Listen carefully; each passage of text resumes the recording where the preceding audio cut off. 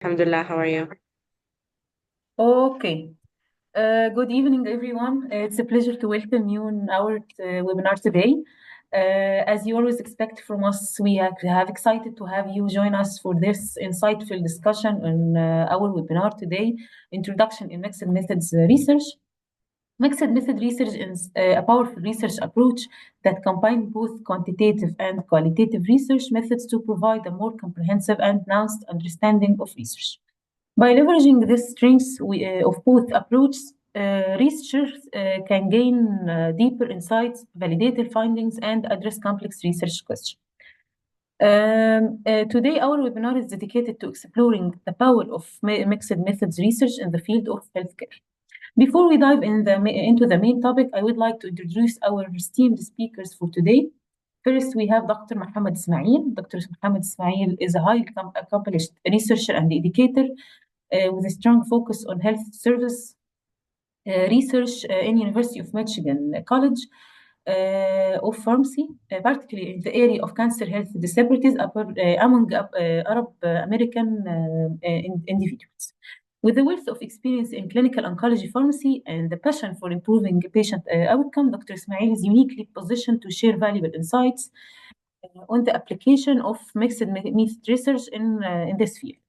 Dr. Ismail holds a master in clinical pharmacy, a doctor of pharmacy, and a bachelor in the pharmacy from Beirut Arab University from Lebanon. He has presented his work at a local and international conferences, showcase his contribution to social and behavioral science and implementation science. He has been inducted into the Child Pharmacy Owners Society and Phi Pharmacy Owners Society, Phi Kappa Phi Owners Society in recognition of his academic excellence. Further, he has received several awards, including Joy Scholar Award and Audience Choice Award. Dr. Ismail is dedicated to advancing healthcare outcomes through research and teaching and clinical practice. Welcome, Dr. Ismail. How are you? Hi, Rima. Thank you so much for your kind introduction. I'm Thank good. What you. about you? Thank you. Our second speaker for today is Dr. Maisa Nazal. Dr. Maisa, a talented clinical pharmacist and researcher with expertise in oncology and infectious disease. Dr. Nazal's dedication to patient-centered care and her contribution to impactful research, including work on medication adherence, implementation science, and make her invaluable asset to our discussion today. She's a distinguished graduate from An Najah National University. She earned her Doctor of Pharmacy degree as one of the top 3 students in her cohort, with 2 years of experience at Ibn Sina Specialized Hospital as a clinical nurse. She led an antimicrobial stewardship program in infection and control prevention department. She earned a master's degree in clinical pharmacy at the University of Michigan, also presenting her work at esteemed conferences such as the MENA Pharmacy Congress. Currently, she works as a research associate at the University of Michigan. She continues to advance therapeutic intervention and patient outcome with the dedicated goal of pursuing a PhD in clinical pharmacy and transitional science. We are truly honored to have you, Dr. Ismail and Dr. Maisa. Welcome to us, and the mic is yours. Thank you, Rima, for the very kind introduction. I just want to mention that I still don't have the opportunity to share my screen, to share the slides. Okay. I don't have the options to see where I can share my screen. You can. I access this the participant to share now. Can you try? So on my end, I do not see where I can share my screen because I don't have that as an option. Okay. Um, okay. Can you check again? I open with me and I open the share to the now. You can check. Yes, I still don't have access to it. Is still no access? No. Is there by any chance can I send it to you through an email and you can share it from your end? Is that possible? Okay, no problem.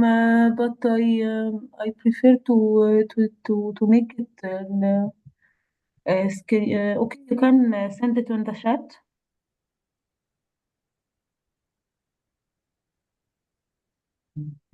Wait a minute. I can only text on the chat. I cannot share folders. Okay, just wait a minute.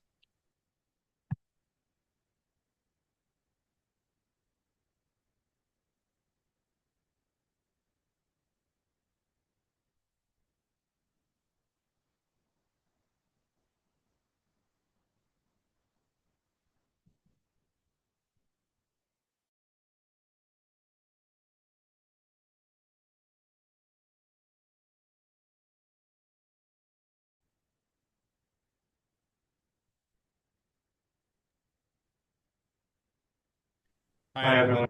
Can see my screen? Yes, خلاص, okay. It's Perfect. already shown now. Perfect. Okay. Thank you. So let's start. You can start Mace. now. Okay, perfect. Thank you. Mesa, do you want to start? Yeah, sure. Can you put it? Yeah, okay.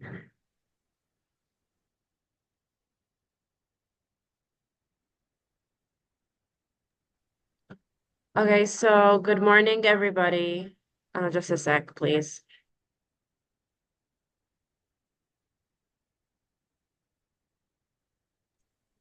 Okay, sorry. First of all, good morning and good afternoon, based on the time that you're sharing us. First of all, it's our honor to be joining the IVPN network and doing this seminar with you guys. And today we're going to talk about Introduction to Mixed Method Research, Concept, Integration, and Practical Application.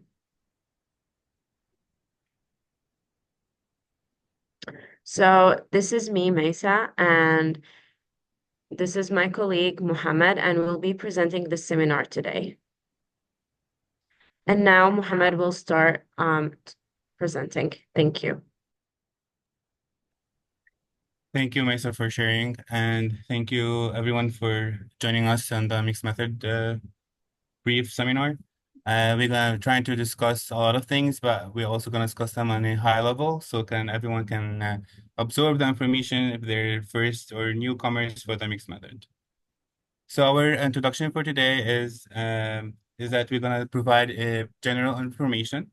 Then we're gonna provide the five characteristics of the mixed method. Then we're gonna discuss what is the main mixed method purpose. And Maisa, we're gonna discuss about what are the different data collection methods for the qualitative and the quantitative data. Then we're gonna go for the fun part where all the mixed method people who are interested to learn more, we're gonna see how we can integrate different type of mixed method technique at different levels. And then we're gonna share a brief example with a real world published article, and Mesa will talk more about it. And then we end up with the take home message, and Kahoot will be run by Reem. So let's start. So just to provide a high brief level of information about the general information of mixed method. Mixed method is defined as the collection, analysis, and the integration of at least one qualitative and one quantitative within a study or series of study, which means that it is not only about like, oh, I collected data quantitatively and I collected data qualitatively, then I did mixed method. You have to have an integration of at least one from each side. And I want to also mention that mixed method is currently being a trend across different fields, including accounting, business, and in our part is health sciences and health services. Other terms that you can also find for mixed method is multi-method or mixed methodology. So whenever you hear these three terms are all the same. On the right side of my end, I don't know about you, but like there's two pictures. These are two important mixed method books that if you're interested to learn more about mixed method, I highly encourage you to look at and you learn more. Most of the things that I learned from mixed method are coming from this book. So these are really high references that I highly recommend you to try reading. So what is mixed method? Mixed method is a natural approach to decision, inquiry, and research. You might underestimate yourself thinking like, oh, I never done mixed method. It's like new for me. I never have done it before. But actually, quantitative and qualitative data are part of our daily lives. So as you can see in the screenshot below, you can definitely see that there's someone trying to buy a book, and this book is entitled as Principles of Language Learning and Teaching.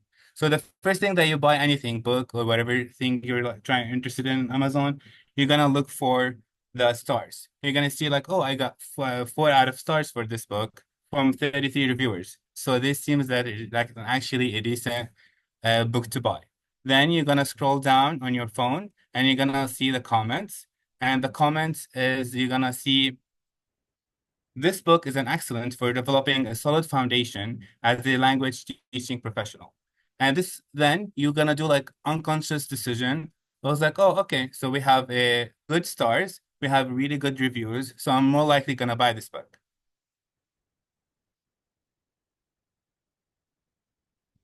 So moving forward, after we notice that we actually have a mixed method in our life, I'm also wanted to mention mixed method from the research perspective.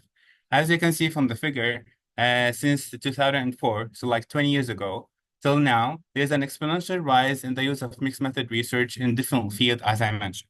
And this is why we're trying to spread the mixed method research awareness in order for all researchers or people who are where coming from knowledge from quantitative or coming from knowledge from qualitative can learn how to do a mixed method.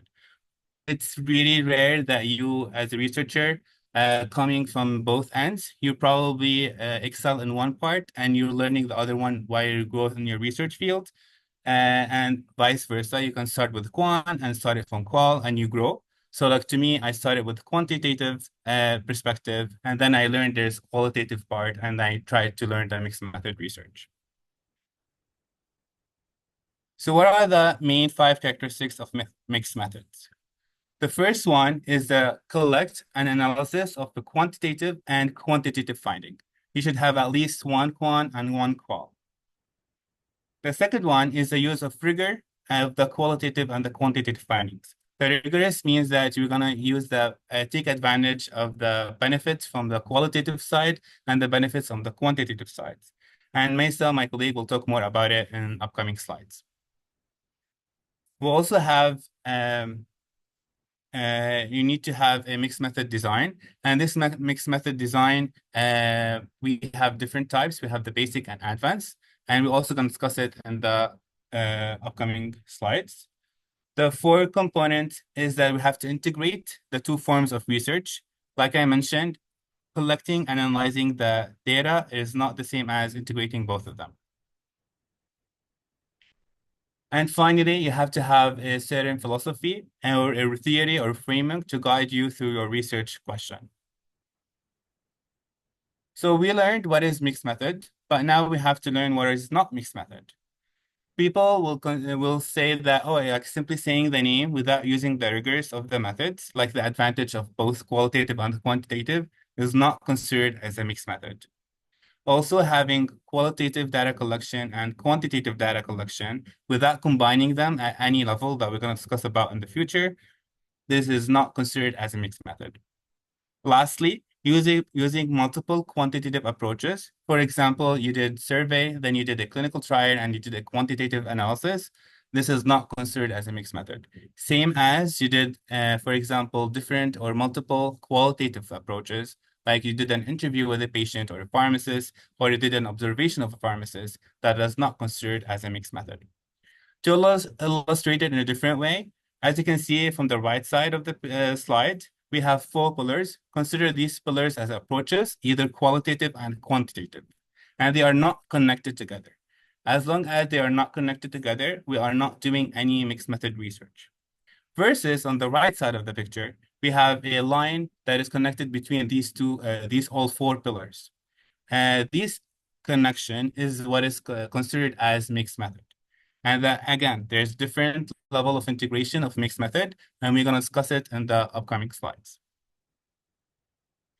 So what is the main purpose of mixed method? People will say like, I already know how to do qualitative part, so why would I bother to learn another approach, or vice versa?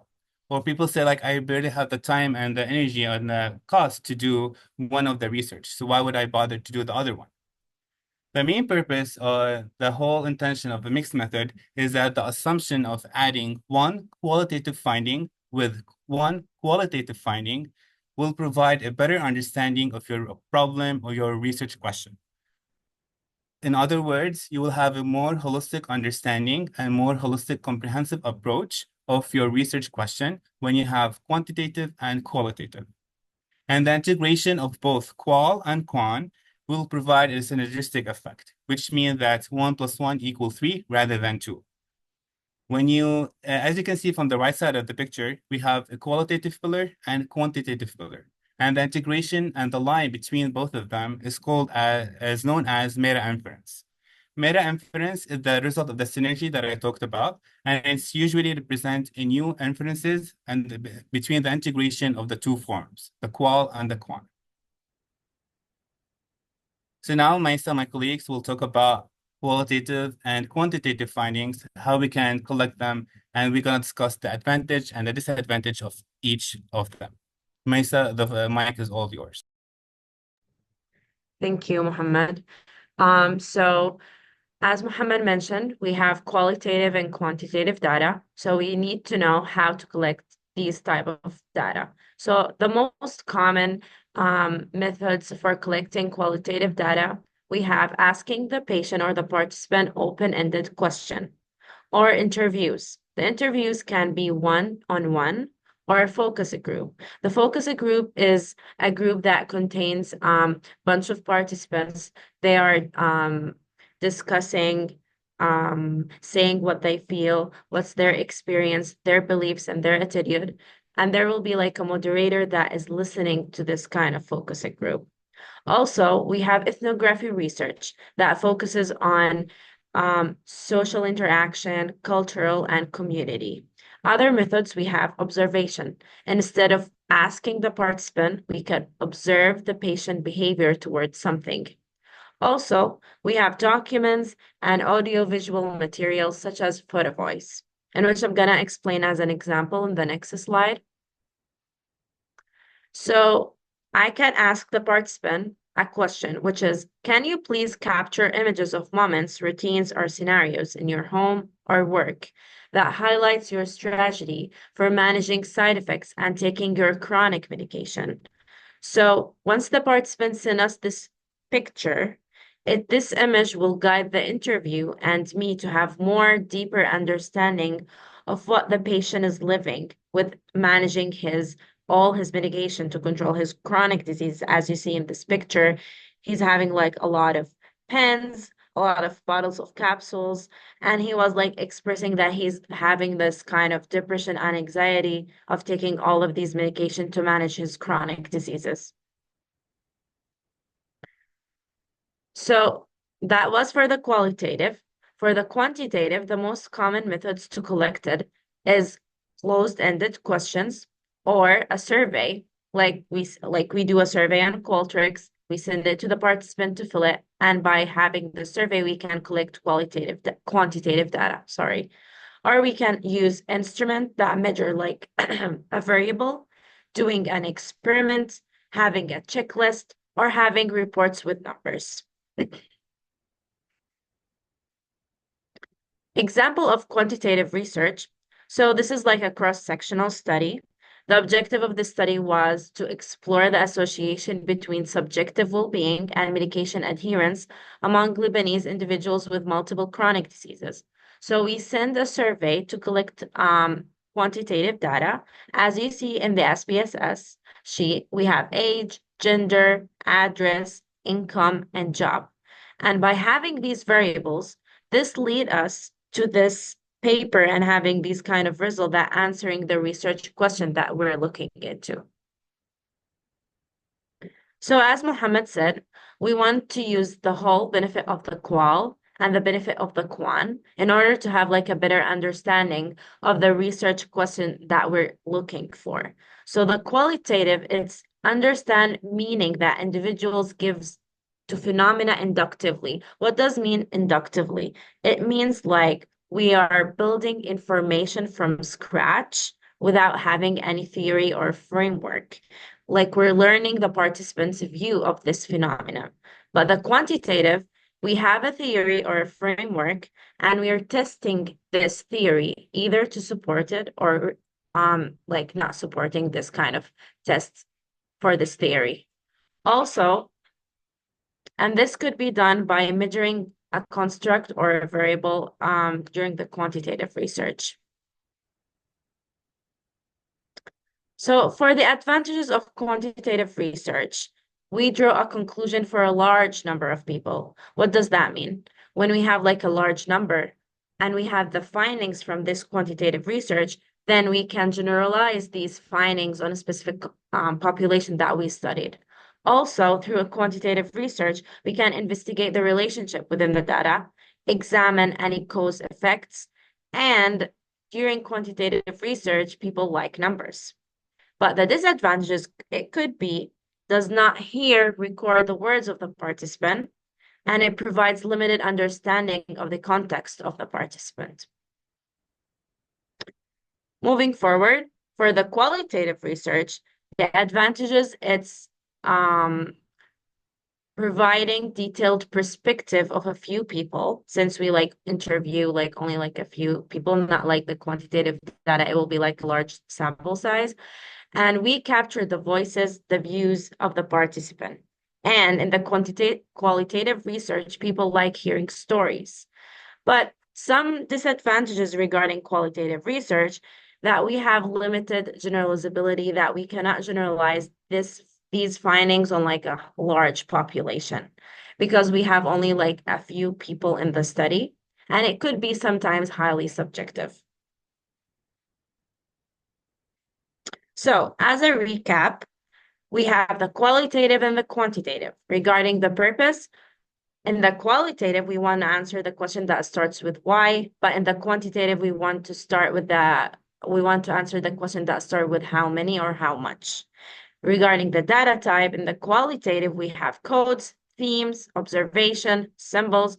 In the quantitative, we have numbers. Regarding the approach, in the qualitative, we want to observe and interpret. In the quantitative, we measure and test.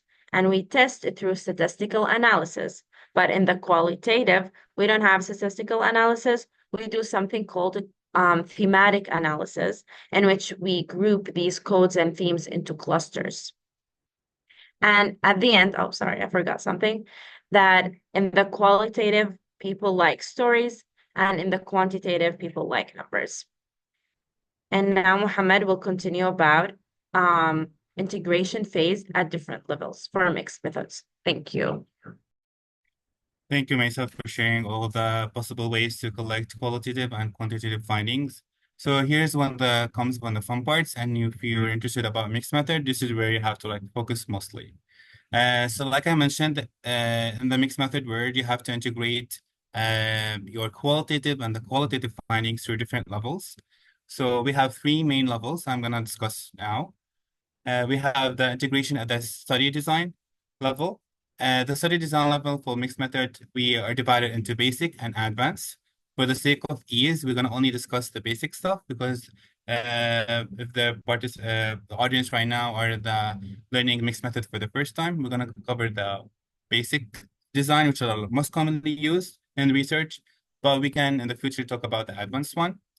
So we have the exploratory sequential design, which means that you'll start with qualitative and move forward with the quantitative. We have explanatory sequential design, in which you will have, we will start with quantitative and then you move to qualitative. We also have convergent design, in which you will do the analysis and the integration between the qualitative and the quantitative together simultaneously. The second type of level is the integration at the method level.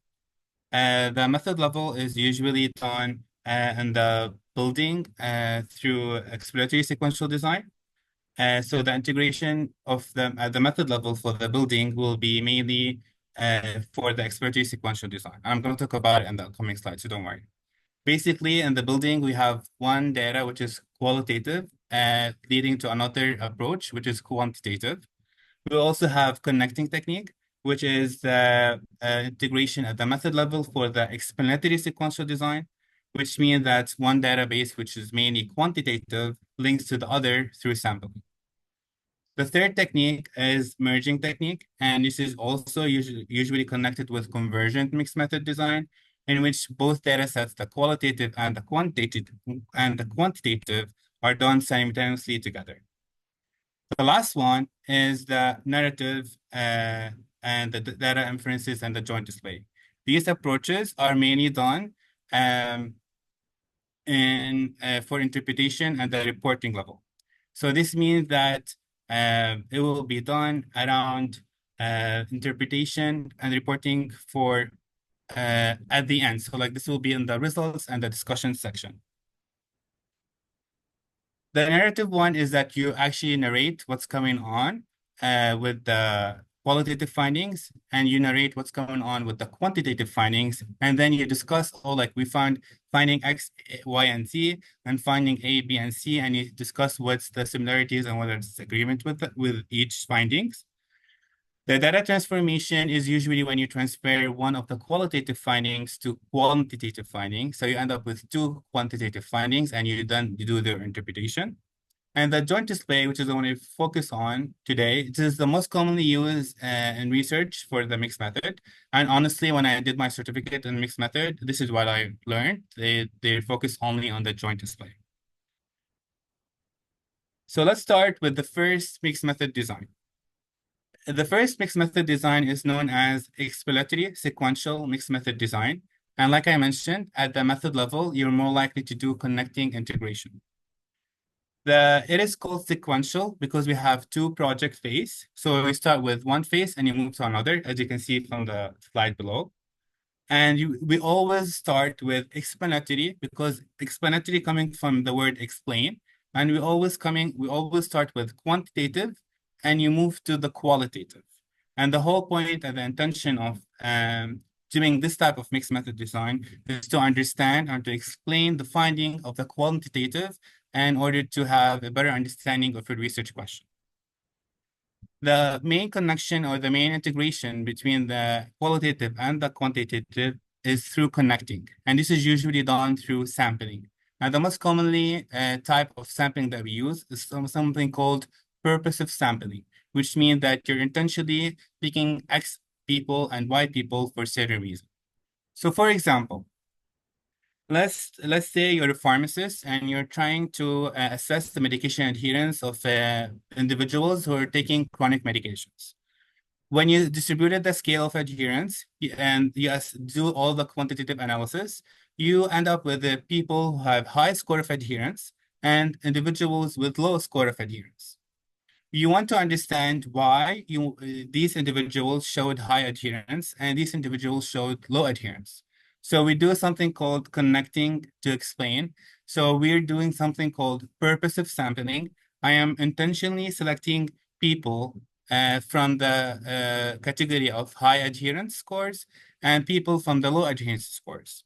And then I'm going to do qualitative analysis or qualitative collection, in which I will ask these individuals from both categories, what are the factors that actually help you or enable you to take your medications and be adherent to your medications on daily level? Also, I'm going to ask them what are the factors that actually hinders or act as a barrier for you for not taking your medications every day. Then we do the interpretation and to explain why we have high adherence score and low adherence score. Another example I'm going to show you, which is outside of the pharmacy world for people who are not in the healthcare providers perspective. We have this method is known as a work relationship scale. So they're trying to assess the communication and the relationship between the healthcare providers that are working in a clinician. So they're talking from the psychology, sociology perspective rather than actually the pharmacy perspective. The main construct that they're trying to discuss is the rich communication. If there's a proper communication between the healthcare providers and the clinicians working in a hospital setting. Like I mentioned, they distributed the work relationship scale or WRS, as you can see here. Some of these individuals score high work relationship scale and others scored low relationship scale. So they ask the people who are from low WRC, why did you score a low WRC? And through the interviews, they mentioned that, as you can see in the last line, this problem could be easily avoided if there has been a little better communication between the clinicians. So we understand why they have low WRS scale. On the other side, when we interviewed the high WRS scores individuals and asked them, why did you score high levels on this scale? They said that, and we always avoid this problem with all the teams through the staff, social workers, and the pharmacists. This figure is just for your information, is known as statistics by theme joint display, in which you usually mention the scores. So here they did not mention the scores, but we usually say like low WRS scores and you mention a number. And here the high WRS scores, and you mention the number. And the themes are these things, the codes that reflect on the scores that you already obtained from the quantitative data. So moving into our second mixed method design, we have exploratory sequential mixed method design. And like I mentioned, the most likely level of integration for the method level is the building technique. So like we mentioned, it is sequential. Because it's sequential, we have two-phase project. So we'll start with one data and we move to another. This time, we're trying to explore, and that's why it's called exploratory. And we always start with the exploratory with qualitative, and you move to quantitative data. The main application of this approach is that we want to identify variables that are not previously available or they're not known, and we try to quantify them. And we can also to develop a theory and try to test the theory if it's correct or not. The simple example I'm going to share with you is part of my dissertation project. So I'm trying to work on Arab American individuals diagnosed with cancer, and they're taking oral anti-cancer medications. And I'm asking them, what are the factors that interfere with the self-management behavior, which is including adherence and symptom management of their side effect. And since they are a minority population in the US compared to the dominant population, they might have different cultural factors or different approaches that they're going through as a challenge and as an enablers that are different from the dominant population. So we don't have a brief background of what's going on in Arab Americans population. And this is what is called need of assessment. So we need to understand what's going on for this population. And that's why we want to explore the findings from scratch. And that's why we start with qualitative finding. I will ask them questions like, what are the factors that help you take your medications? What are the factors that hinders you to take your medications? From these findings, I will do something called, like Maisa said, thematic analysis. You can also do content analysis. It depends on your approach. And then you will building a new survey or a new instrument in order to quantify these factors. So let's say the factors that are obtained from phase one is, for example, the cost, because I'm not taking the medication because of the side effect. I'm not taking the medication because I forgot about it. So in the phase two, I'll actually quantify how each factors and actually impact these patients. Could be like 30% cost, 60% I forgot, and 10% for side effect. This is just an example. So in this way, we explore what's going on in the population, and we build into a new survey or a new instrument to quantify our findings. Another example that I'm going to share with you for the exploratory sequential mixed method design is the life satisfaction instrument. These researchers were trying to develop life satisfaction instrument, and from their qualitative findings done through interviews, they end up with three themes, as you can see from the slides. We have day-to-day issues, we have interview guide topics, and we have people. Within these themes, we have sub themes, or you can call them codes or subcategories for the sake of ease. For example, for day-to-day issues, we have emotion, education. For the interview guide topics, we have health, home life, relationship, and people where you got the social support from. We have friends, partners, and others. So they match each code from the qualitative finding, and they try to develop a scale that allow us to develop a life satisfaction instrument. They use the same codes that they obtained from the qualitative finding, and they transfer them into variables. And these variables will be assessed quantitatively through a survey and through a scale. And this is known as instrument development joint display. The last mixed method that I'm going to share about for this seminar is the convergent mixed method design. And as I mentioned, the merging integration is a method that we usually use to integrate at the method level. So here we don't have two faces, we only have one face, and that's why it's called convergent. It's also known as concurrent, which means that it happens at the same time. We do the data collection of the qualitative finding and the data collection of the quantitative finding at the same time in parallel, simultaneously, and then we will do something called merging. And this merging is the integration between the qualitative and the quantitative. The main intention of the merging technique is to compare the results between both data sets. We're going to compare if the finding from the qualitative is similar to the finding of the quantitative.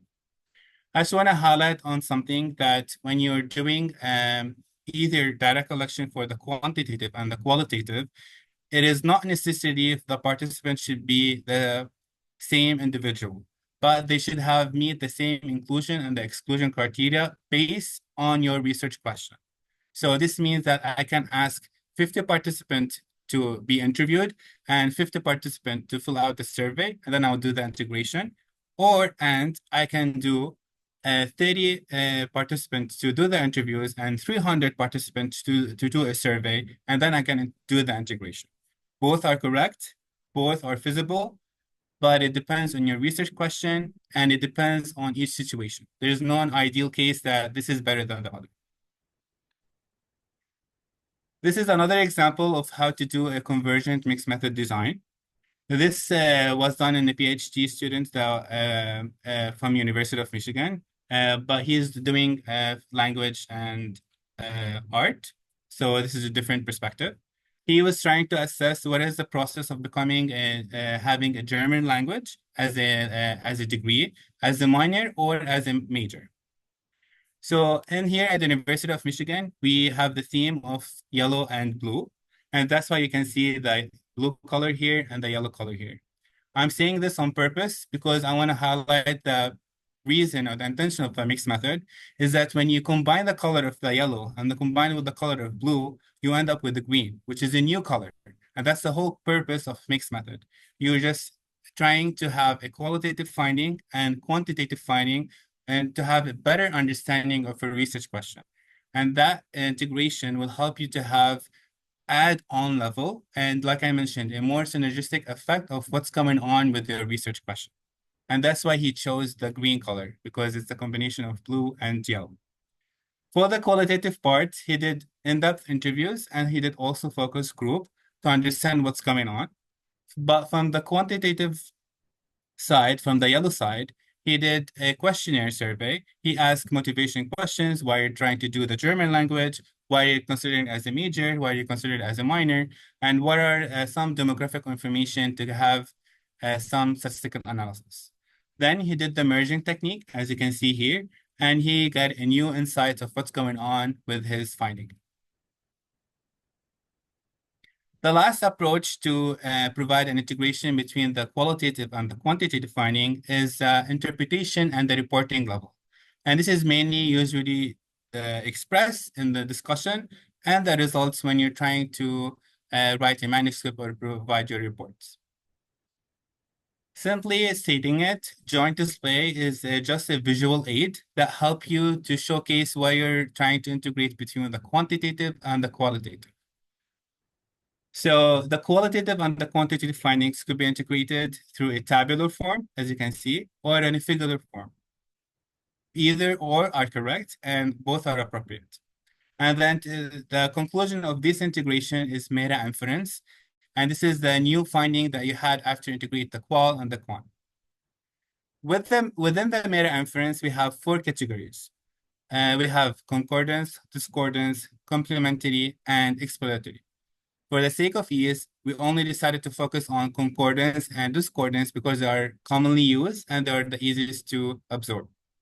For the concordance in the green box, it means that there's an agreement between the qualitative finding that you have and the qualitative finding that you get. However, the discordance means that there is something disagreement or difference between the quantitative finding and the qualitative finding. Okay. For now, you learned what is the main purpose of mixed method, what are the main characteristics of the mixed method. You also learned how to collect data quantitatively and how to collect data qualitatively. And you understand that the main the main purpose of integrating both the qual and the quant is to take the advantage of the rigor of each method to have a better understanding of your research question. So we also discussed what are the different mixed method design. And now we're gonna move on to providing a real world evidence practice of how to write a mixed method article. Um, this article was published by my colleague. She graduated last year from our program. Her name is Shenwei Is. She focusing on hypertension population, and she's trying to understand how telemonitoring will help improve the blood pressure of the patient. For individuals who are not familiar with the term of telemonitoring, telemonitoring is actually monitoring of the blood pressure through technology. It could be done through phones. It could be done through an app. It could be also done through devices. So I provided the abstract to talk about it briefly, and then I'm gonna move to the method section to show how the language should be written in the mixed method word, and Mesa will move to the result. So let's start. For the background, like I mentioned, she's saying that the telemonitoring of the blood pressure may improve the blood pressure control. And this is like a common sense to us. Like if we actually we're not able to visit the patient every day at home to do the blood pressure monitoring. So we're trying to figure out other approaches. And she's saying that telemonitoring can actually be helpful because the patient can monitor it at home at their own convenience. However, she said that these individuals need to require certain level of electronic health literacy, and this is abbreviation of EHL. So they need to have some certain skills, some certain knowledge to effectively use these technical services. So her goal is to determine what are the facilitators and the barriers that the patient experience while doing or performing the telemonitoring.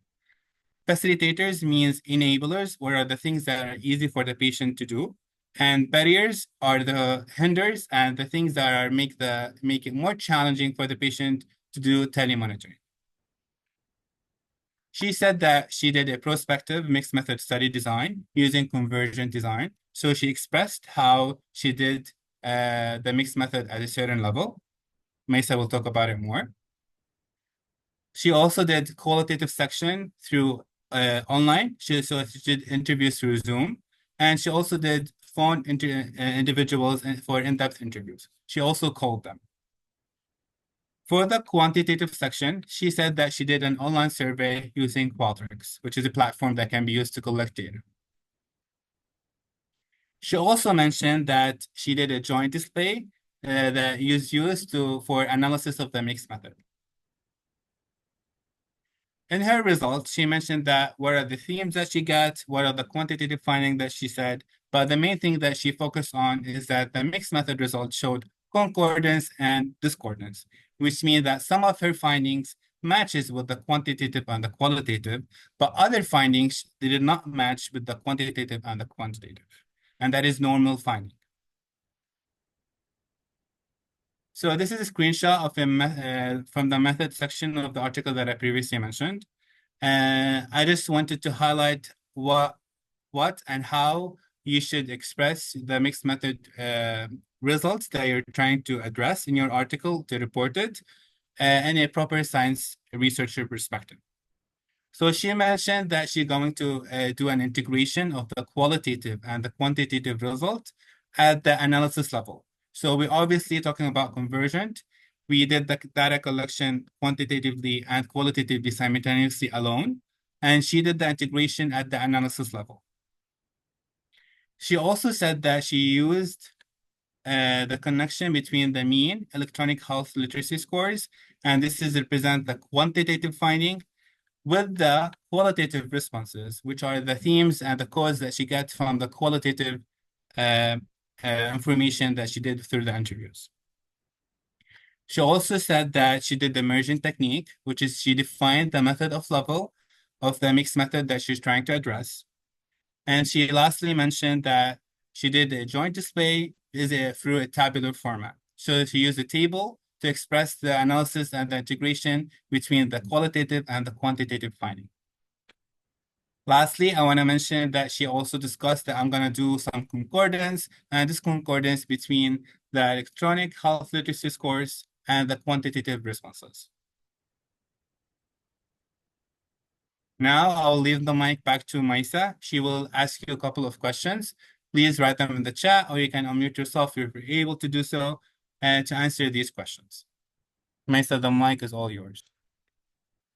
Thank you. So after Muhammad has told us about the article about telemonitoring of blood pressure, I'm gonna ask you like a couple of questions, like recapping what we discussed today. If you can share, as Muhammad said, in the box of QA, that would be great. So the data collection source, we had quantitative and qualitative. So what was the quantitative data collection source in the study?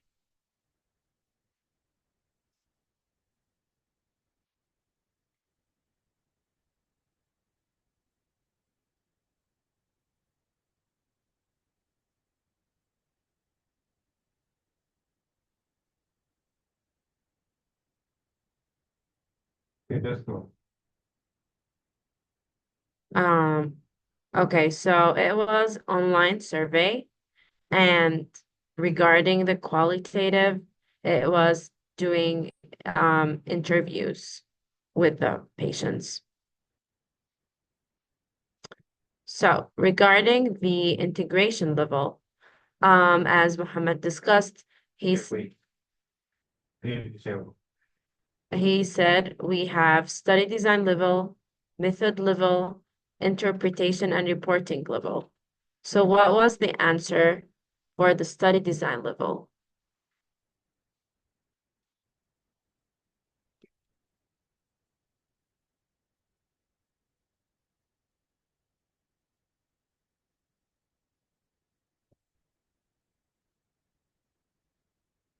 Integration level, conversion design. Yes, correct. Um, yeah, so conversion, it's the correct answer. Great, Razan. Okay, so regarding the method level, what did they do?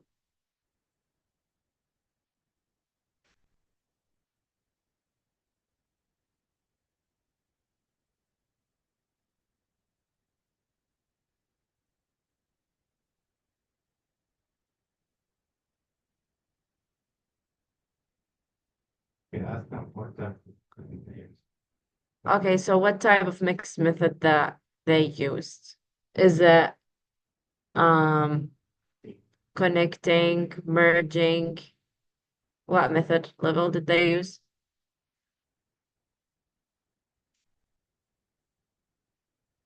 So the answer is merging. Yeah, thank you, Shaima. So the last one, after they had the quan and the qual, for the interpretation and reporting level, what did they use for this level? Great, join display side by side. Great, Razan. So moving forward, so for the results section, this is one of the tables that they used in the study in the results section. As you see, the first column, they are the themes. So the EHL, the electronic health literacy, it has 7 domains. One of the domains, it was about the ability to actively engage with blood pressure monitoring and managing digital services. Okay, so that was the domain. The second column was more of the quantitative data in which they have the score of the EHL and they have the average of that. And the third column, it was about the qualitative data in which the codes that they had from the interview from the patient. And the fourth column, it's the meta inference. So we have two results, either concordance between the qual and the quan, or discordance between the qual and the quan. What does that mean? Concordance mean that the finding from the quantitative agree or match the finding from the qualitative. But the discordance means that finding from the quantitative does not match what we had from the interviews, the qualitative data. So in this study, I'm going to show only this theme, which is the ability to actively engage. A patient said, extremely comfortable 10. I have written programs for these. I have been a software developer at one time, so I feel very comfortable with the technology. So before that, sorry, I did not mention, the italic text is the patient who had high score of electronic health literacy, but the bold one is the patient that has a low score of the EHL. So the patient who had a high score of EHL, he said this quote, which means that matches with the score. So there was concordance between having a high score and having a high level of engagement within technology to manage his blood pressure. The second code was, so like not too fancy, but not too horrible, proficiency of 5. So he had a low score. At the same time, he was less engaging in telemonitoring of managing his blood pressure. So this means that there's concordance between quan and qual.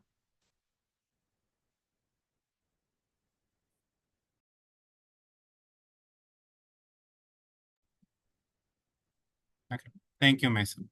So now we're gonna end up with a couple of slides. We're gonna do a take-home message, which is like if you forgot any of the slides that we shared earlier, this is what you need to learn briefly about mixed method.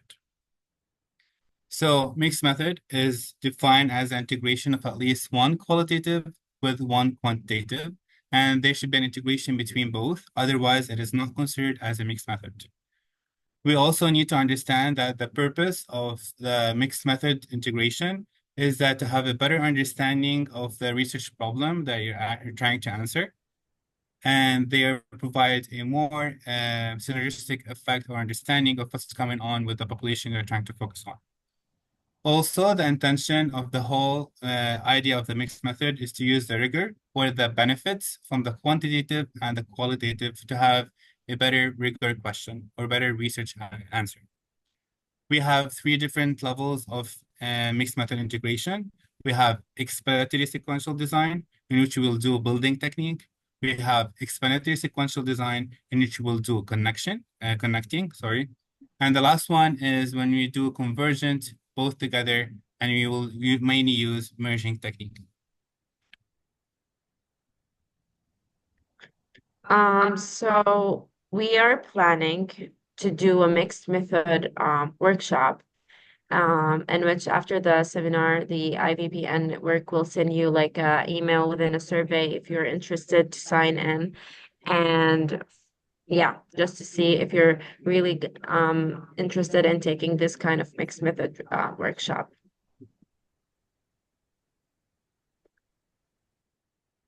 Thank you. So I'm gonna take an opportunity to take advantage of the audience and share my research question and ask for your help if you have any knowledge about the eligibility to participate in this study. So Um, Thank you, Dr. Muhammad, and thank you, Dr. Maisa. I think we have a question from Dr. Hazrat Ali. How to convert research thesis into research paper? Perfect. That's a really good question. So could you please share more about what your research thesis is about? Like, is it only quantitative or is it only qualitative, or you actually did a mixed method, or you just did either or? I don't know if you can unmute yourself to answer this question. Thank you, Doctor. Another question from Hind Muta. How do you recommend addressing potential biases when synthesizing qualitative and quantitative data in mixed method studies? How do you That's a really recommend? good question. Thank you for sharing that. So The potential biases that you get from the quantitative, and the quantitative is mainly done through the explanatory sequential design. When you start with quantitatively and you move forward qualitatively. So when you purposely select these individuals, there's no bias assumptions because you know these populations are having low scores of an X topic and high scores of an Y topic. And that's why the whole purpose is to we're intentionally looking for these individuals, and that's why there's no biases when you do that part. For the quantitative part, if you're doing quantitative analysis only, you are more likely to do a big data collection. So like you have a big sample size in order to have a better generalizability. The more you included individuals in your survey to assess them quantitatively, you are more likely to reduce the bias because you have more variabilities within the study. Qualitatively, there's nothing called bias selection because on the qualitative, you only have a really small sample size. And this sample size is actually aiming to reflect the in-depth of your research question rather than spreading this information to the general population. Thank you for your question. Okay, thank you, Doctor. We would like to extend our thanks again to Dr. Ismail and Dr. Maisa for their insightful and informative presentation on next method research. Your expertise and the passion for the subject matter have enriched us, our understanding of this powerful research approach. I'm really enjoying by myself. And we are truly grateful for your willingness to share their knowledge and experience with us. Your contribution have made this webinar a valuable learning experience. Thank you again. And if any question to Dr. Ismail and Dr. Maisa, don't hesitate to ask there.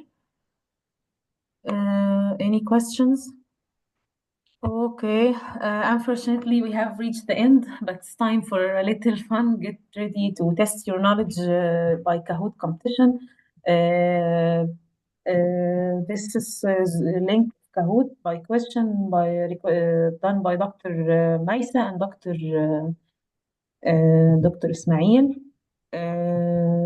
I I'll will stop share sharing my now. screen so you can able to share yours. Oh, yes, I will share it now with us. Okay.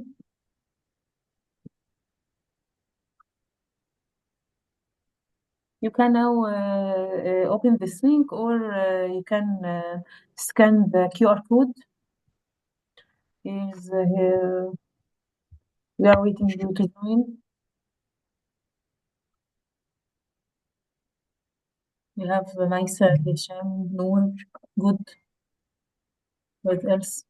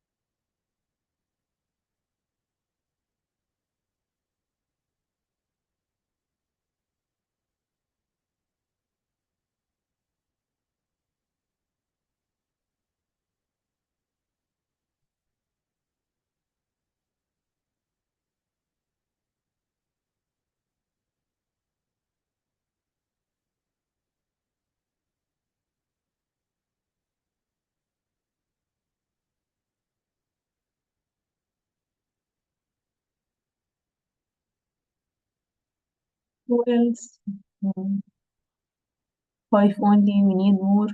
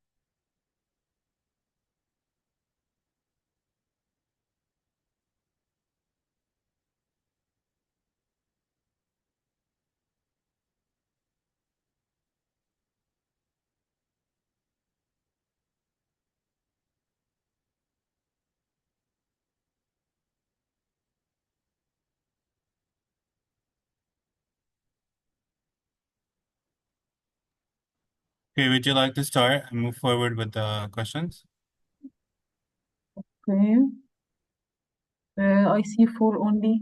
Yeah, we can wait another 1 minute to increase it and share it. معلش. It's okay. Here we go. Okay.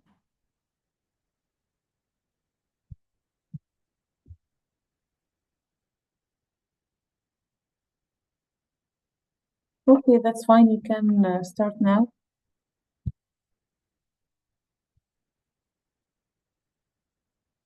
Okay. We start the first question about introduction. Okay, three, two, one. Which of the following best describe the purpose of using mixed method research?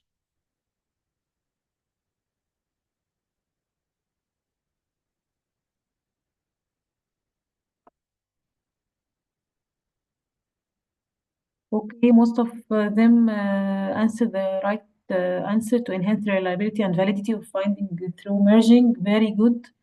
And first one is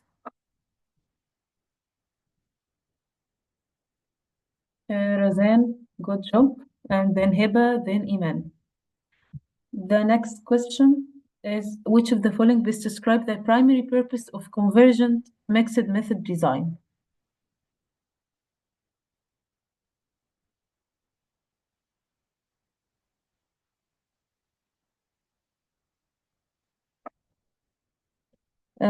We have three question and three answers and three answers, but the correct one is merging.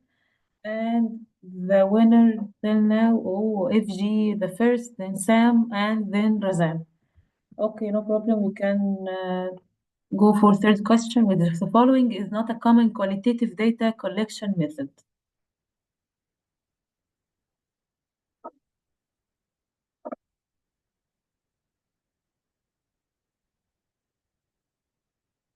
Okay, most of them answer correctly is the surveys and the winner now Razanda first again, then Sam, then FG. Very good. The fourth question is explanatory design is mixed method research collect quantitative data than qualitative data to explain true or false.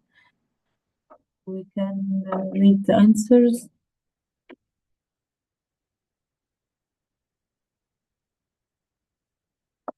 Very good. Most of them are true. And the winner is Razan, still the first, then FG, then Sam. Very good. The fifth question is what's the disagreement between qualitative and quantitative findings during integration? This referred to as, I think it's very easy question. I know the answer. Very good. Discordance is the correct answer. And the first one, Razan is still the highest answer. Very good, yeah, Razan. Then FG, then Sam. The sixth question, which of the following is not a common quantitative data collection method?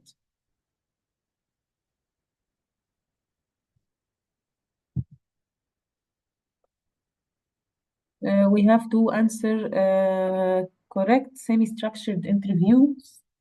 And the first one, still Razan, perfect, ya Razan, you are the highest one, then MI, then FG. The seventh question, which of the following does describe the purpose of using sequential exploratory mixed method design?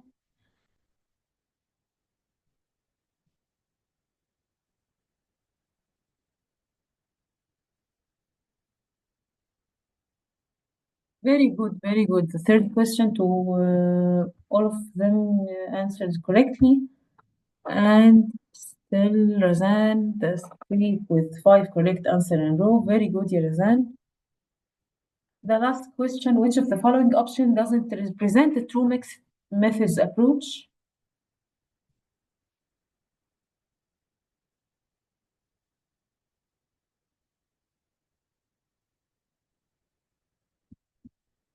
Okay, very good. All the answers are correct. And the winner now, the third one is MI. Then the second one, the Sam, and the first one, as usual, Razan. Very good, ya Razan, and congratulations. Thank you, Dr. Ismail and Dr. Maisa for this great day. We made our day, and we very enjoyed for this webinar. Thank you for this informative data, and thank you for everything. And it's not the last time to this webinar with us, inshallah. Thank you so much for Thank having you. us today. I really joined with you today. Thank you. Thank you. Thank you so much for having us. We appreciate it. Thank you so much. Goodbye, everyone. Goodbye. Goodbye.